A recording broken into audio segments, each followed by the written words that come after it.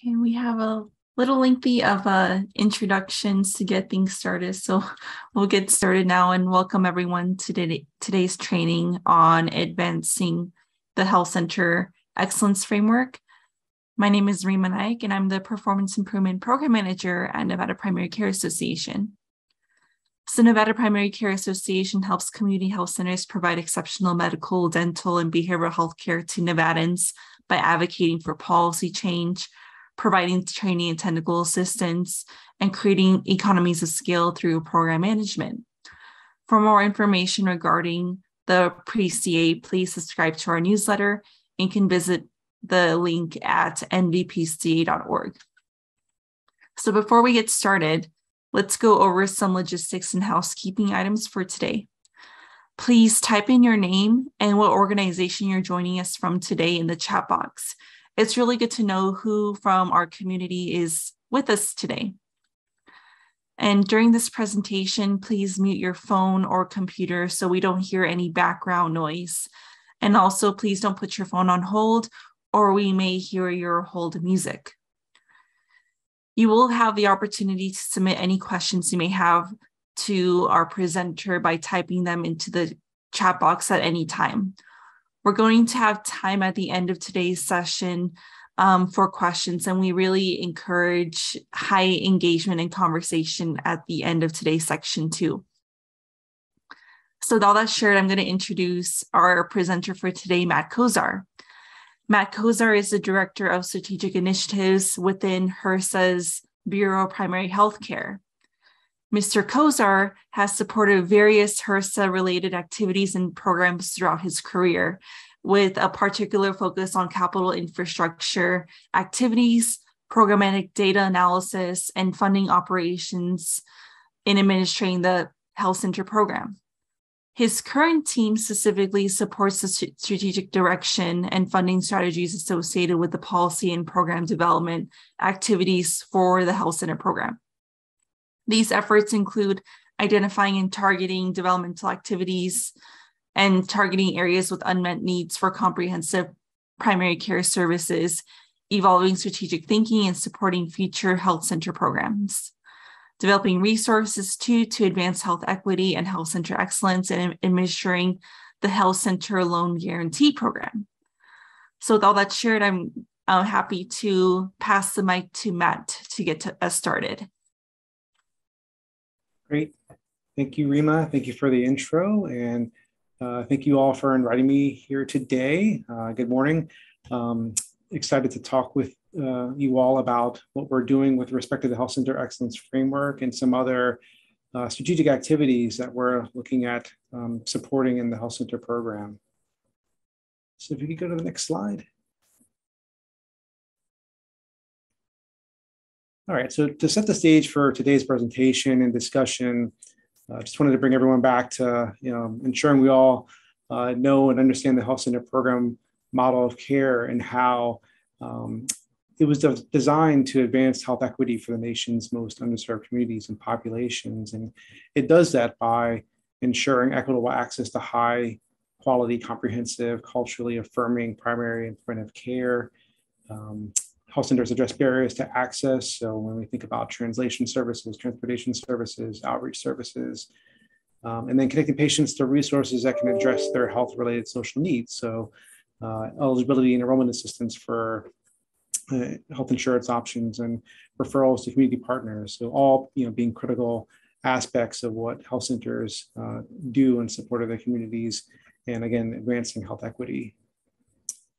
Health centers have accomplished much in the past 55 plus years, and we have seen how they've been exemplars for the nation through their response to COVID, through various natural disaster responses that have happened over the last number of years, and how health centers have supported their communities in the wake of recent tragedies across the country.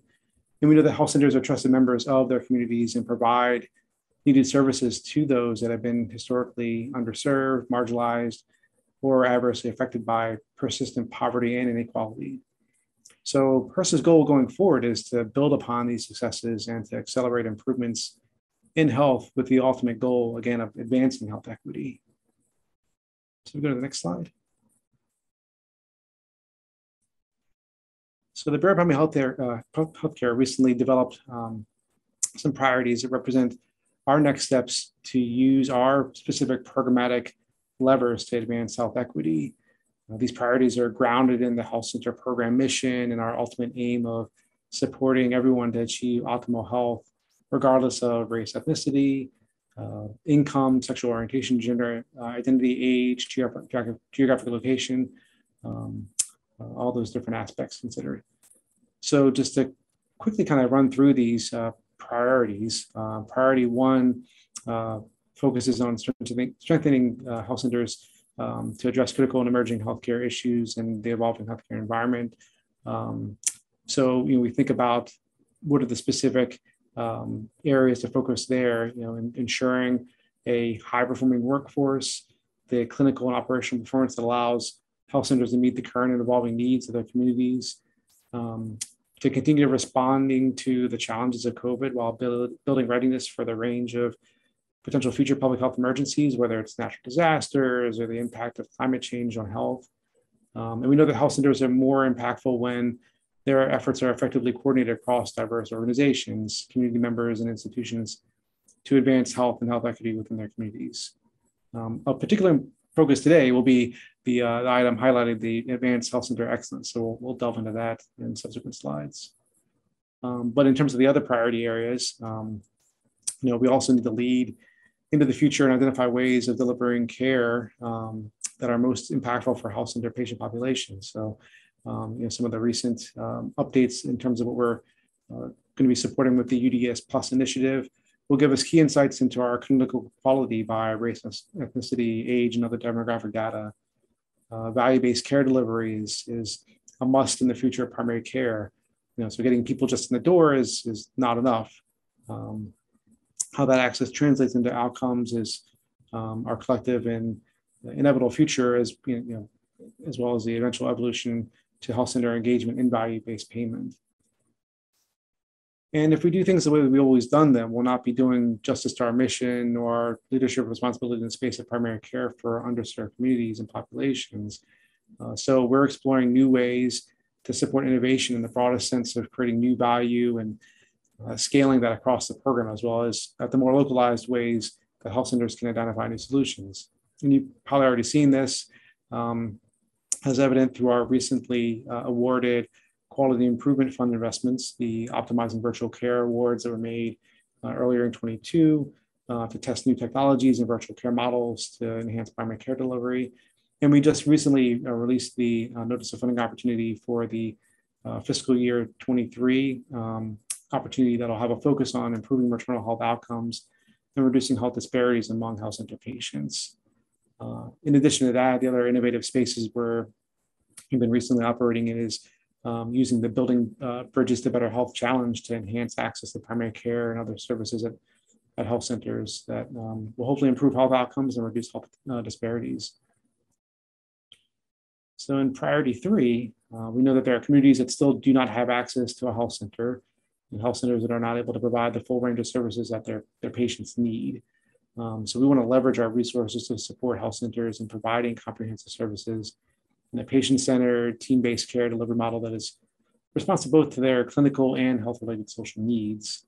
And we also need to identify barriers to expansions of health centers and new organizations becoming health centers in those areas of high need, and learn how we can differently structure or incentivize the health center program funding to address those barriers and target resources to those areas.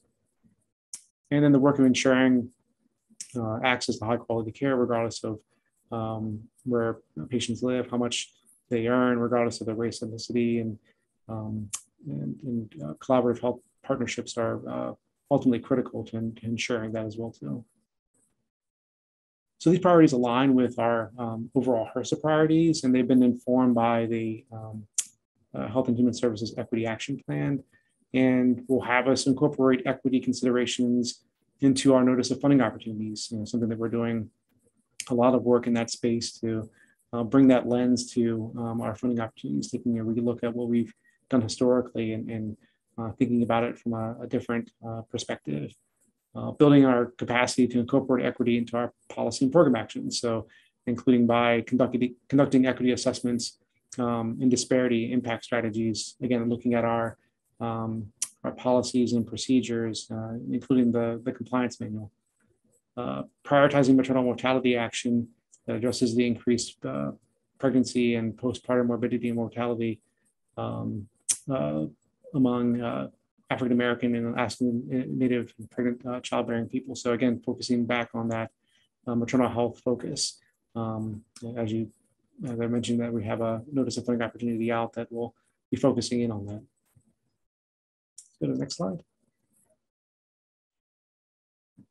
So the real reason here I'm here today is noted above is related to the Advancing Health Center Excellence specific priority area, specifically the Health Center Excellence Framework. The Health Center Excellence Framework was something that was developed by BIPIC and released to the public in the fall of 2020 in the midst of the pandemic. We're still in the pandemic. So we didn't have as much of an opportunity to really further engage from that point for the last couple of years. But it was really intended to provide health centers with a sense of the areas that they should be considering as they are engaging in their strategic planning efforts. Even more so, with thinking about the impacts of COVID and thinking about a future state that sort of has that in mind and what those emerging issues may have in store for health centers, 5-10 years from now. So as mentioned, we didn't really provide much in the way of specific guidance or instructions on how health centers could use the framework, but it was something that we had on the back burner, if you will, for us to explore further when the timing was right. So we'll go to the next slide. So just bringing everyone back to, or if this is the first time you're seeing it, just making sure everyone understands the framework in and of itself. So the framework includes 7 domains that align with HRSA's mission, and again, center around advancing health equity. So we have the access and affordability domain, patient experience, quality, patient care and safety, population health and social determinants, financial sustainability, workforce, and then governance and management. Within each of the framework domains, we've identified specific performance expectations that health centers would need to be mindful of in order to fully assess their performance or status within each of those domains. If you go to the next slide. So what this is then showing, that when we take the 7 domains identified in the previous slide, we think about the Health Center Excellence Framework as proceeding along a maturity model.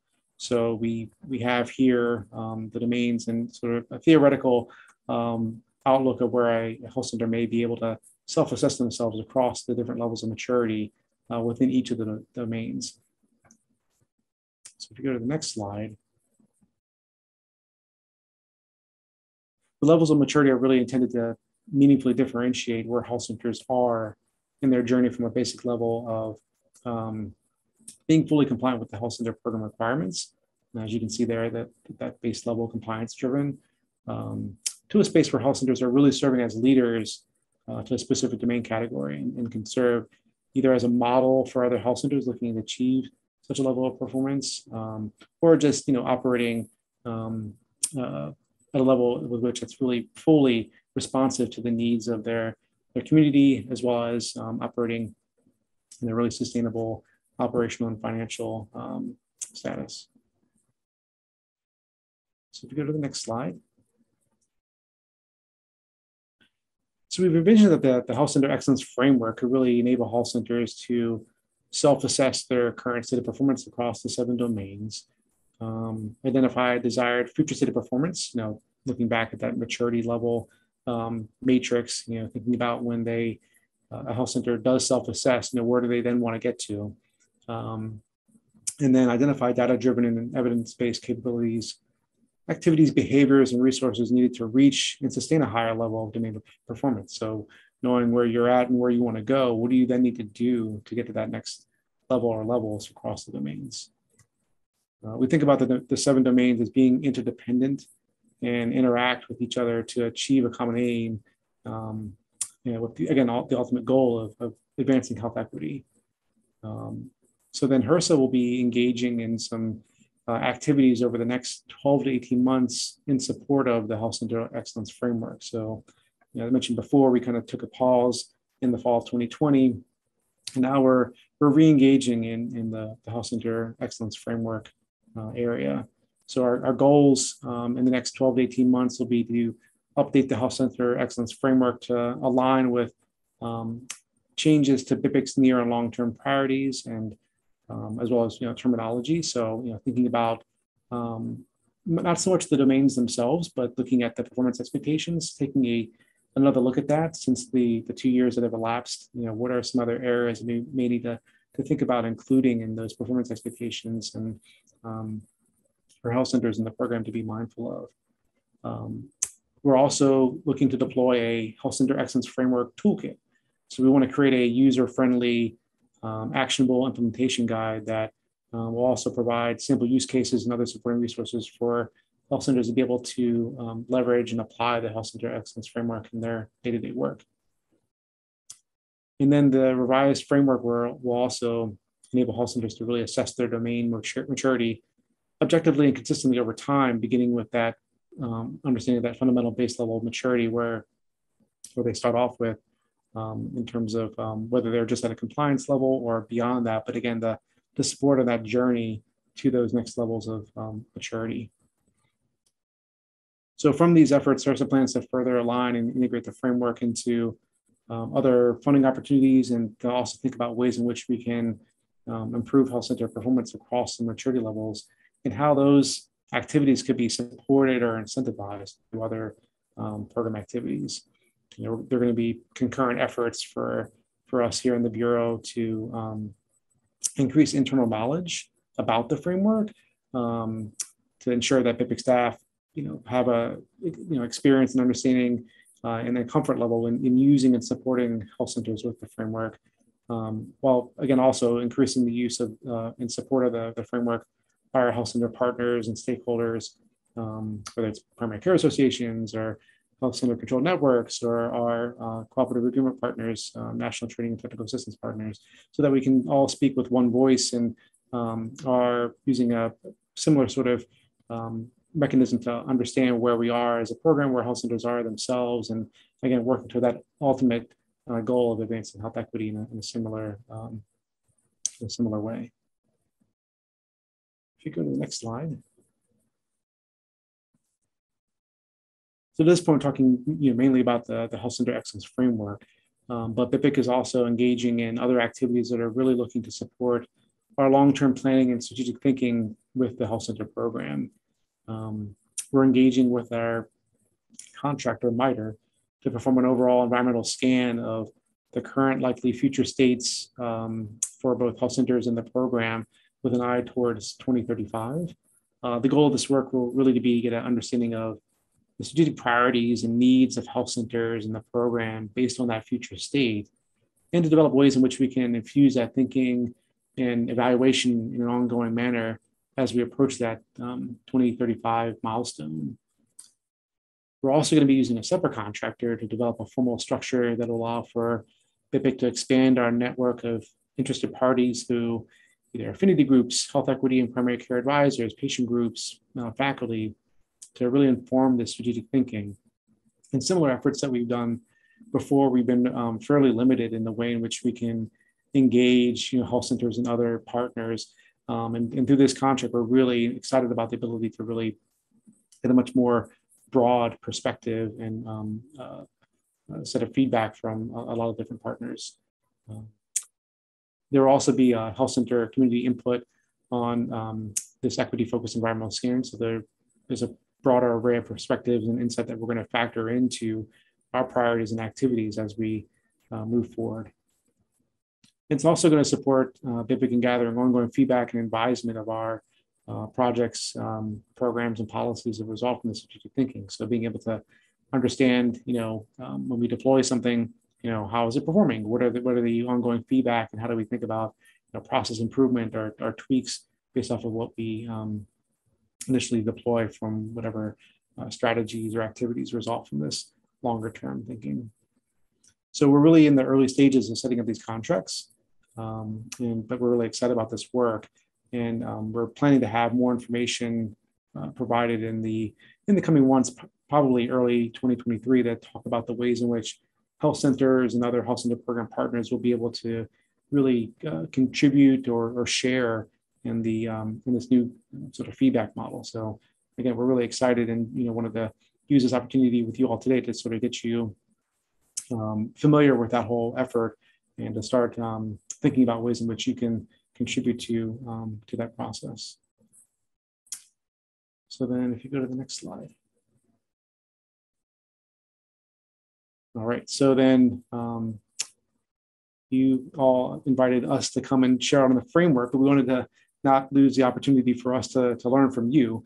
I know that there's a time for questions at the end, but we also wanted to use this opportunity again in our earliest stages of gathering feedback about the framework to see, what your knowledge of it is, as well as just any sort of initial feedback you have on the potential use of it. So we have a couple of questions I want to pose to the group now, and then hopefully gather some feedback. I have a member of my team, Liz Ree, who will be taking notes for us, and we're, again, we're looking forward to gathering this feedback to sort of infuse into all these different ways in which we want to gather feedback and support from the field to inform this work. So the first question is, what are your reactions to the value of the Health Center Excellence Framework for health centers in Nevada, as well as for the health center program overall?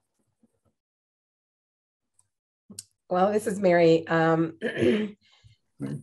I watched the video or the webinar, or I attended the webinar when they released their first version of this, I think in August of 2020, and actually incorporated it into our quality management plan for 2021 for the next 3 years, and it modified our quality management committees to kind of reflect the domains.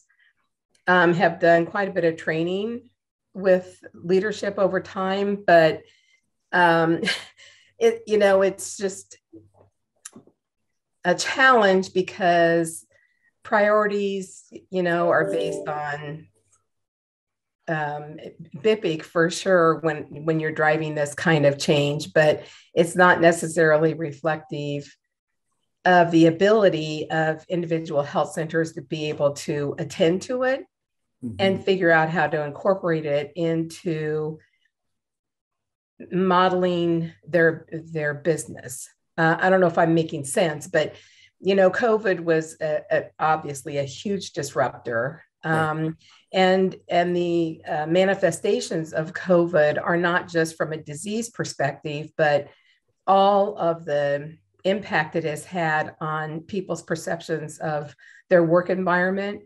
their employment opportunities. I mean, we know that we're facing huge challenges trying to recruit and retain qualified staff, balancing hybrid, remote, in clinic, in office, telehealth. There's just so much that has been spiraling around as a result of COVID that I think it's really hard to get senior leadership to stop and look at the opportunity to move things forward in this context of these domains. I mean, it makes perfect sense to me, but I also don't carry the same weight that the CEO or the C-suite does. And when we've had huge turnover in our leadership, let alone the trickle all the way down to every area of the organization, I mean, we've had to move to outsourcing quite a few of our program areas because of the human resource components. So I don't know. I think the model is wonderful. It makes perfect sense to me, but how you capture the attention of people that are most needed to influence that change, right, I think is different. And I would say one thing that I perceive to be missing, I was the deputy administrator of the state Medicaid program at one point in the state of Nevada. And they had Medicaid had memberships with associations at a national level that also work closely with federal agencies to help new leaders in Medicaid understand the Medicaid program, their roles and responsibilities, et cetera. And it may be that I haven't spent enough time with NACHC, for example, but I think it's kind of like the Medicaid program. If you've seen one Medicaid program, you've seen one Medicaid program. If you've seen one FQHC, you've seen one FQHC.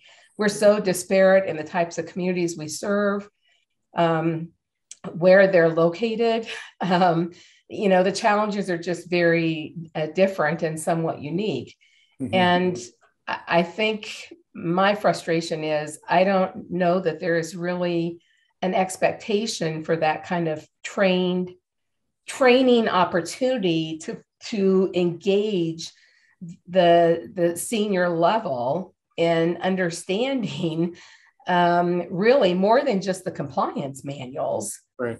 Sure.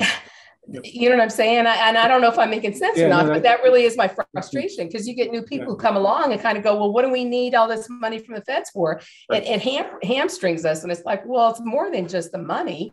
It's the FTCA, malpractice. I mean, you start breaking it down, it's like, oh, but those are such basic conversations. And it goes towards their perception of what needs to be fixed and fixed quickly versus not just the accountabilities, but the fundamental intent behind FQHCs. Right. So trying to move from my level to influencing any kind of change when you're up against all that, it's like, whatever.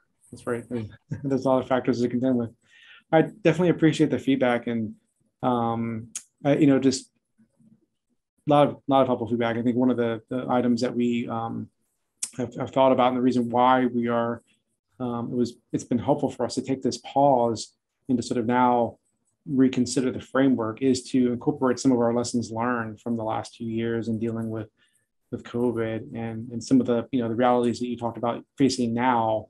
How do we rethink, tweak around the edges? Again, not thinking there needs to be wholesale changes to the broader domains, but just thinking about other aspects that should be infused in those expectations, or ways in which you can measure or ensuring that you're being mindful of different areas within each of those domains. I think it's a good opportunity for us to take those lessons learned. And part of the work, again, we're trying to do in the development of the self-assessment guide is to make modifications to the framework in that regard. We wouldn't call it like a 2.0 version, more like a 1.1 version, since we've never really fully deployed the other one. It's more passive in its usage, but I think your points are really well taken, and I think align with us being able to take another look at it from this perspective, this lived experience that we've all had for the last couple of years.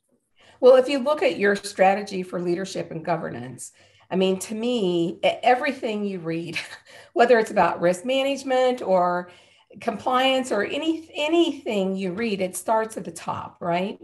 And if the key people in leadership and governance, which would be your C-suite and your board, are not brought into in a way that they relate it to incentivization, mm-hmm. I think will really minimize the impact that this could potentially have. Right. That's where it really needs to start. And I would suggest that that's where the focus of BIPIC needs to be right now, is on how to gain the engagement of leadership and governance, just in general around the whole FQHC model, understanding the challenges that they're facing, and not just the high achiever ones, but the ones that are really struggling, and how do you measure whether they're struggling or not. But anyway, I've spent too much time that maybe other people want to speak. No, I appreciate the feedback.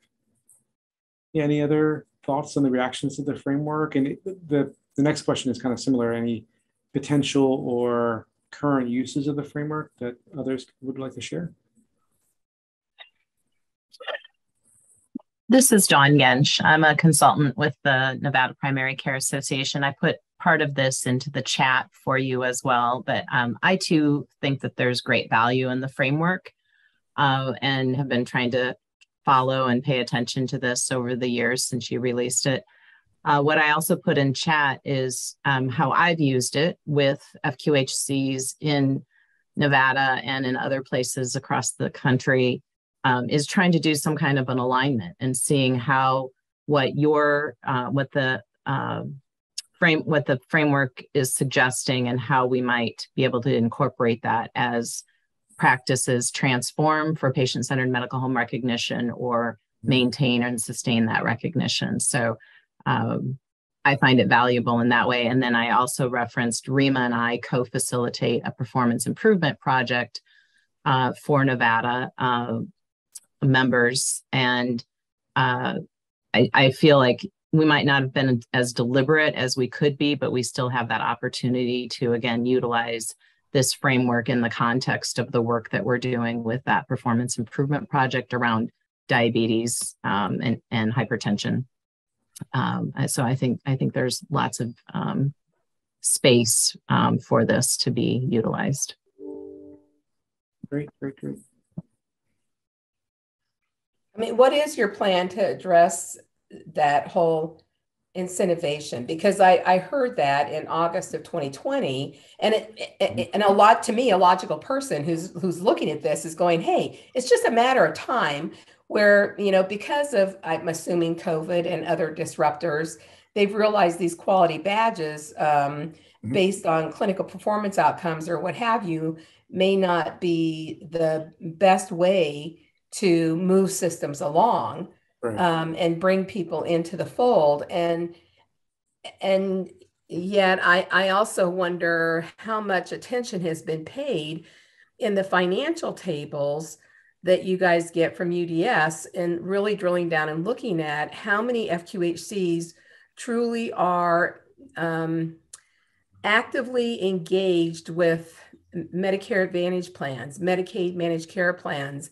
And yes, that's the population that we're intended to serve. And we see, the majority of our clients fall in those categories, but that doesn't necessarily mean that we've been able to engage the providers and other key people in achieving the documentation and outcomes necessary to really get the financial reward. Right. And there's big disconnects at times. There's so much to learn when you become a leader in this space. Yep. Around just healthcare economics. Right.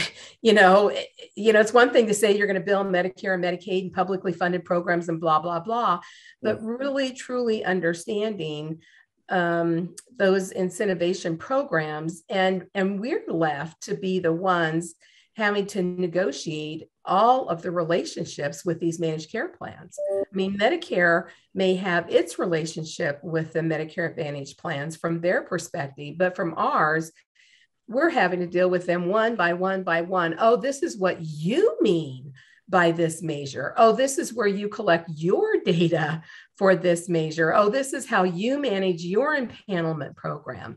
Same with the state Medicaid programs. They're not looking out for us. Mm-hmm. And they don't understand our perception as a payer versus a provider. So we're so caught up in the day-to-day of trying to maintain the current workforce and yet expect performance that's going to net us the revenue that we need, that you can't see the forest for the trees. And so I don't know. I mean, those are the things just become so overwhelming. So what is the big draw for a CEO and their support staff to want to move towards this model? Sure. Because, money talks. That's just the bottom line. No, that's great. I think that, we definitely recognize that in terms of the incentivizing piece of it. I think, a similar sort of model that we think about is the PCMH, recognition, and how, over the last number of years when we first engaged in that, I think in the early 2010s, and there was specific funding provided to support health centers and getting that recognition. So I think that where we're at right now is really just, going forward with that first step of having the self-assessment guide, getting house lenders a little bit more details in the way of how they can, again, understand how to assess themselves, and we do it in a way in which is a little bit more consistent than what we've been able to share to date, in that it's very open in terms of the interpretation of how health centers or others have used the framework, to date. So providing a little bit more in the way of specifics and details around that, so there can be a little bit more of a common usage across the program, across health centers. And then I think that the incentivizing piece of it is something that, again, we've been thinking about, talking about, but it'll probably be something that we need to flow, some time after we at least, get this self-assessment guide out, get, the whole concept of the framework socialized more.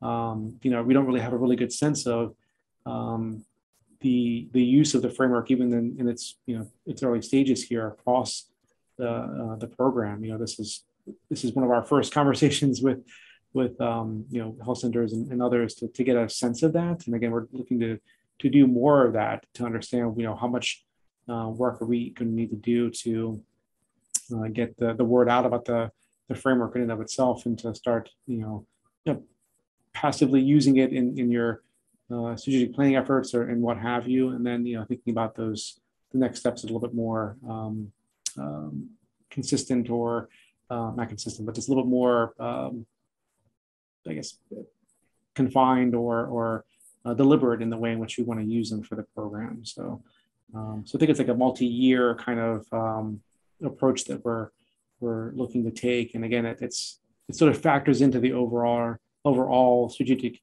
thinking we're doing with that 10-year outlook, 10+ year outlook, 2035, and the framework being something, again, that we want to ensure that we're aligning with, and again, being mindful of other priorities that we have to focus in on, that are directed to us as a program, but also just being mindful of the priorities that health centers will need to contend with just in the day-to-day work that they do.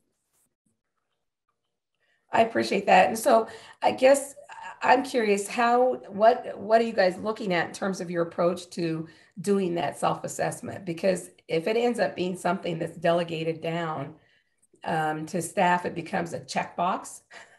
Got to check the boxes. Okay, we did that.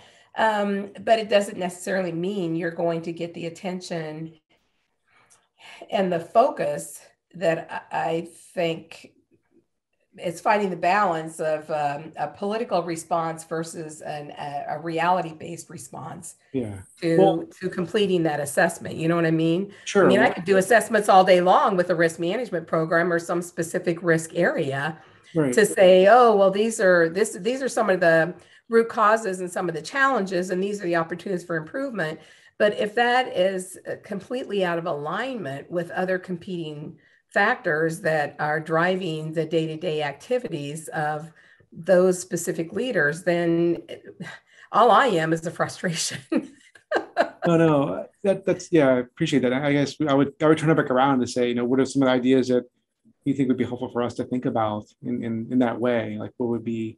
I mean, I think it's starting with leadership and governance. Right. Who is expected to fill out? To me, it should be the C-suite and the board. Mm-hmm. Okay. Sorry, I'm just being really frank about if you want to get people's attention to understand the future expectation. I just think,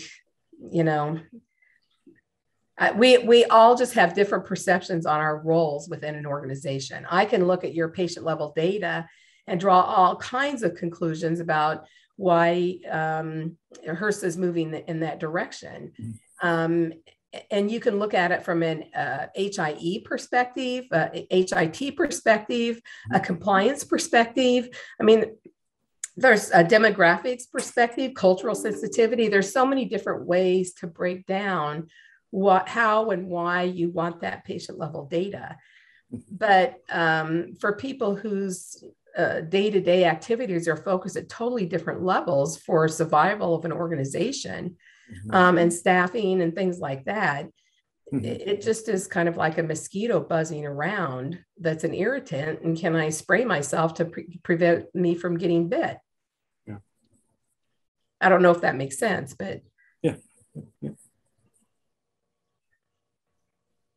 Anyone else have any other thoughts on just the initial reactions and uses? And then, the other question we had in terms of just the potential challenges, which I think have been some are highlighted thus far, or just other specific changes or updates that we should be thinking about in the Bureau as we, launch into the tweaking of the framework and developing the self-assessment guide. This is Lindsay Dietz. I mean, from the HCCN perspective, and of course working with PCAs, in Arizona and Nevada, we find the framework useful. I will agree with what Don has said and with Mary too. Sometimes we tend to be very reactive. Even though that our program and our deliverables as a grant are focused on heavily on project management, I feel like this is the first job that I have been that it doesn't allow me to do very well project management and be ahead. So, sometimes it's because of the buy-in, sometimes it's because of the staff turnover, sometimes, there's just so many different components, but I will agree with Don. There's a lot of opportunities just to be more concise, right? The framework gave us the opportunity just to be a little bit more structured, and definitely, roll it out in a different way, while keeping, all the HRSA focus. I feel like, when you were talking about the health equity, I'm thinking we're now talking about this, and Health Center has been doing this for so long, and how could we demonstrate what we have been doing? Because now health equity is something that everybody's talking about. Social determinants of health is something, everybody's talking about.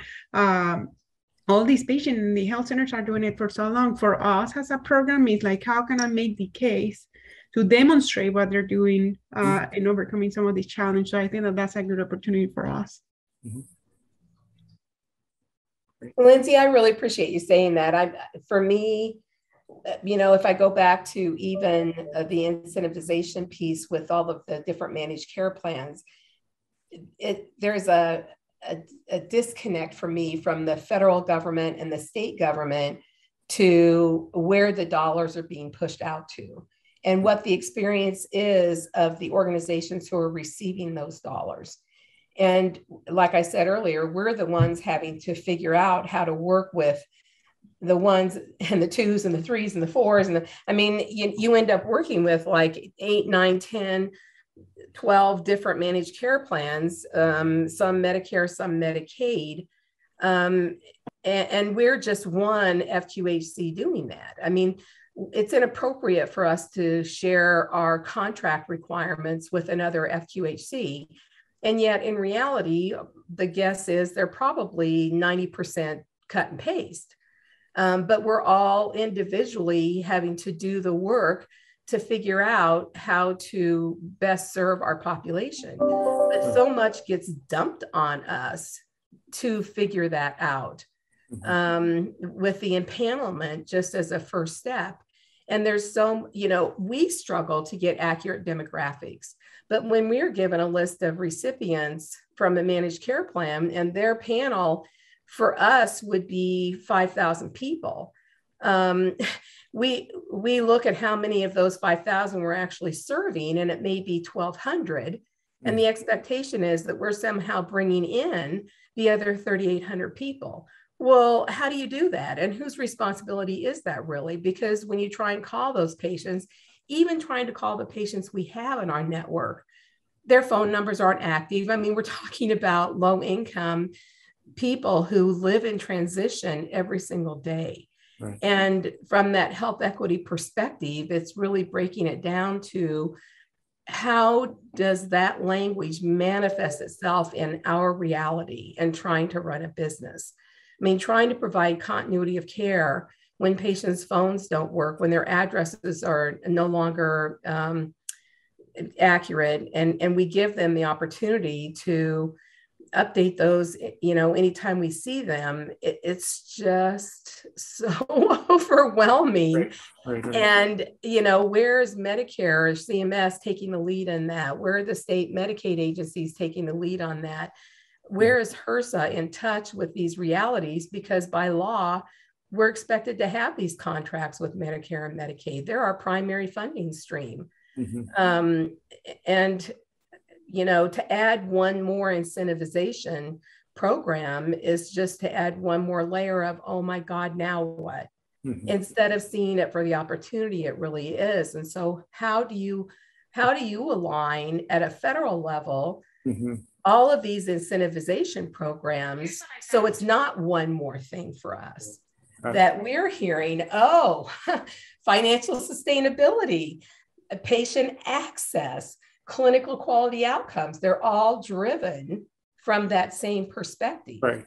If we were able to realistically do these things with true support from the funders to make these systems work, then those things just naturally fall into place. Mm-hmm. But when you're struggling to figure it all out and struggling to find money to pay for an adult patient to get access to dental care when Medicaid doesn't cover that, when you're struggling to run a food pantry to meet the social determinants of health, when you're struggling to find money to get people for their transportation that's not covered by Medicaid because they're indigent. I mean, there's just so many day-to-day things that we're up against, and we don't have those funding streams. So then we focus on the grants, but we're also having to respond to the access demands. And so it just feels so overwhelming some days.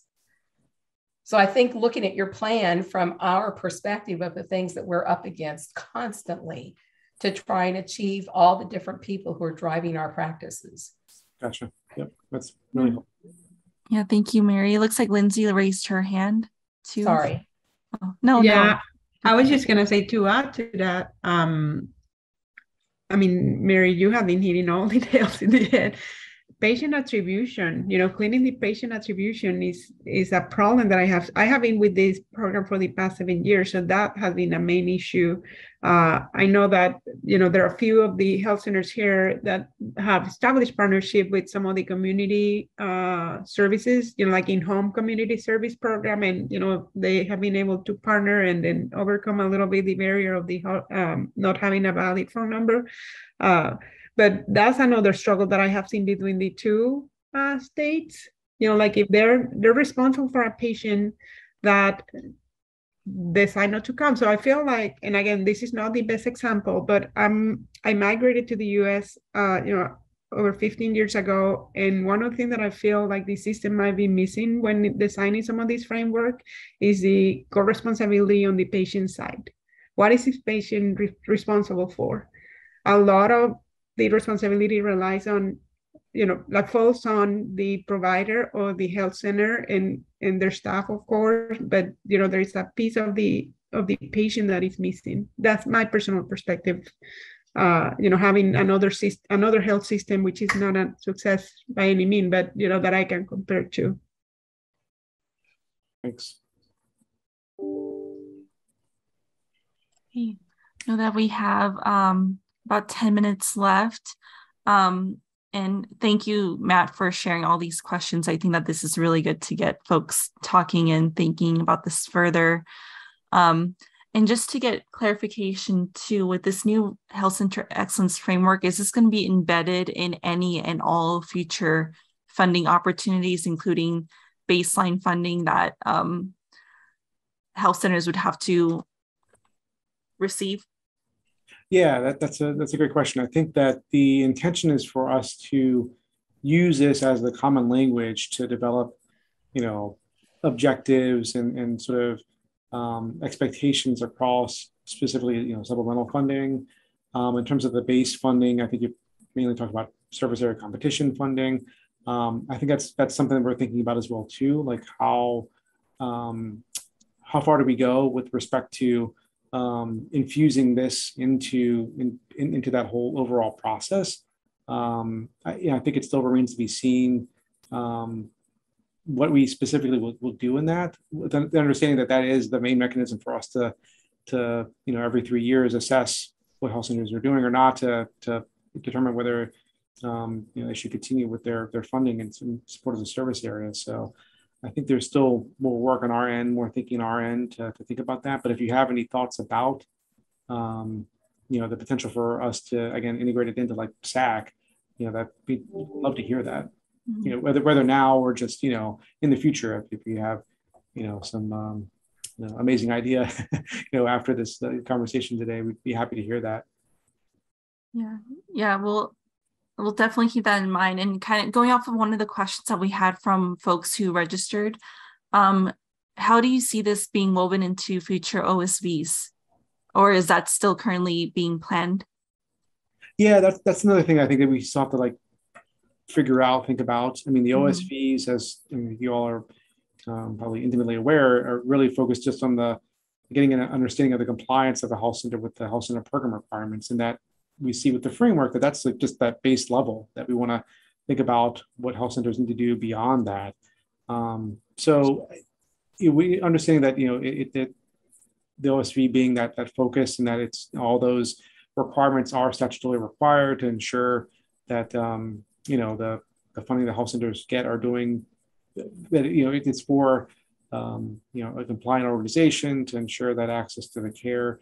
But yeah, how and when, or where do we sort of infuse the framework into that overall thinking about how they're performing? What's the right frequency to assess on our end versus at maybe a health center's end, as to where they are with respect to their self-assessment and where they want to go, and if they're have issues and drawbacks, what are those reasons, and what are they going to need to do, what kind of funding or partnerships or what have you they may need to engage in to support that that moving along that maturity matrix. So it's again something that we're thinking about as well too. Just nothing in the way of any formal decisions about that. Just we understand that the OSV being a critical component where we're engaging with health centers.